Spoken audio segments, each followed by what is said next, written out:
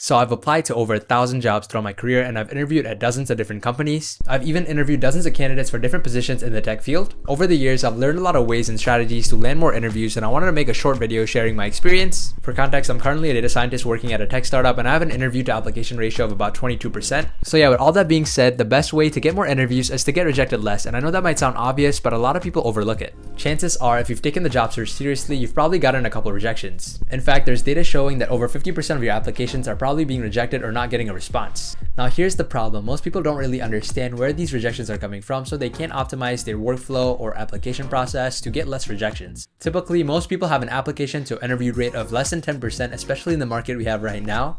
So yeah, 80 to 90% of those applications are just going to the abyss. They're probably not getting responses or getting rejected automatically, and that's because of the ATS system. I've talked about the ATS system a ton in some of my previous videos, but essentially ATS stands for Applicant Tracking System.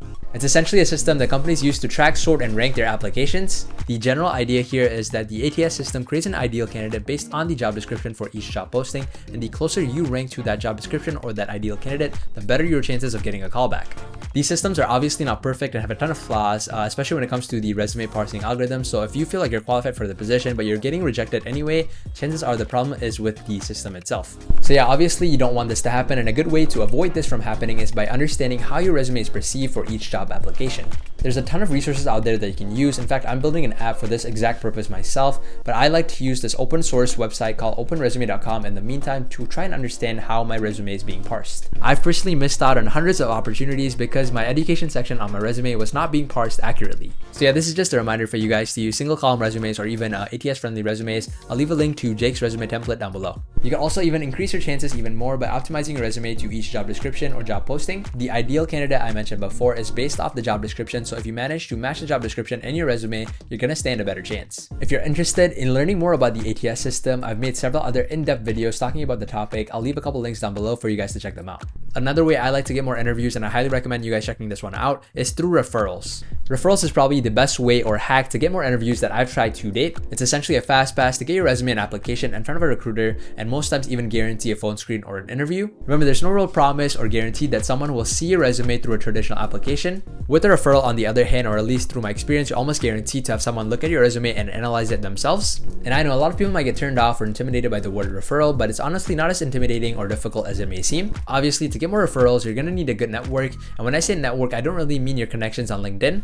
Although it's great to have those connections, I personally think of a network as working professionals who you have a relationship with. This could be all professors, classmates, co-workers, family, friends, etc. One of the first interviews I ever got was through a referral, and honestly, I don't think I would be where I am today without it. It helped me get momentum and gain confidence, which eventually helped me land several other offers. Obviously, since you have a relationship with these people, it's going to be much easier for you to ask for a referral. Now, honestly, if you're not someone who has a large network of people to reach out to for referrals, that's completely fine. I started off that way too. I personally found that joining events such as hackathons or even tech events or live streams or Discord communities or even platforms like Blind.com will help you out a lot. Obviously, the closer you are to the person, the higher the likelihood of them referring you, but it's still very possible to get referrals from strangers. I don't know if people really knew this, but referrals most of the time is symbiotic or mutually beneficial.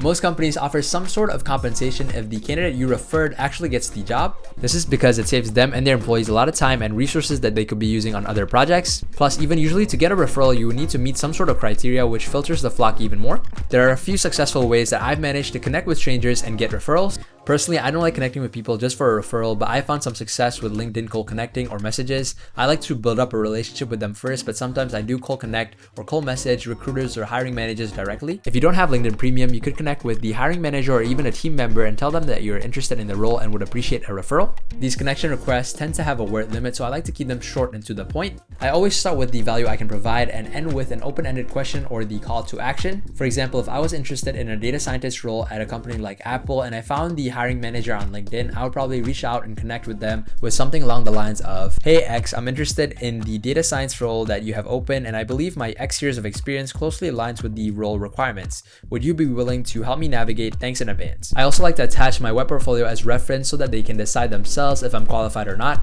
Now, obviously, if you have LinkedIn Premium, you can optimize these messages even further without the restrictions. Another thing I wanted to mention is that if you want to increase your chances altogether, I highly recommend connecting with the hiring manager because they ultimately make the decision. So chances are, if you're able to sway them and get a referral from them, you're probably going to be the one who gets hired. All right, a couple other tips that I wanted to share is to apply to jobs with low competition. By this, I mean apply to jobs that have a lower number of applications or jobs that are newer. I personally wouldn't apply to any job posting that's over a week old just because they probably already started the interview process, so you're probably just going to be dumped in the backlog of candidates.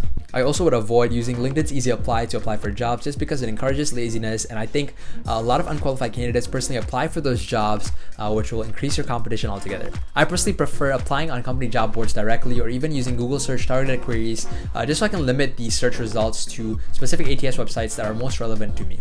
But yeah, that's essentially what I did to get more interviews. I started off with an 8 to 10% interview rate, and now I'm at about 22%. Now, if you're already getting a ton of interviews and you're finding it hard to convert those interviews to offers, I made an in-depth video talking about how to ace your interviews. I'll leave a link down below for you guys to check it out. Anyways, if you guys have any comments, questions, or concerns, leave them down below. If you guys enjoyed the video, feel free to leave a like down below, and a subscribe would help the channel out a lot. As always, thank you guys so much for watching, and I'll see you in the next one.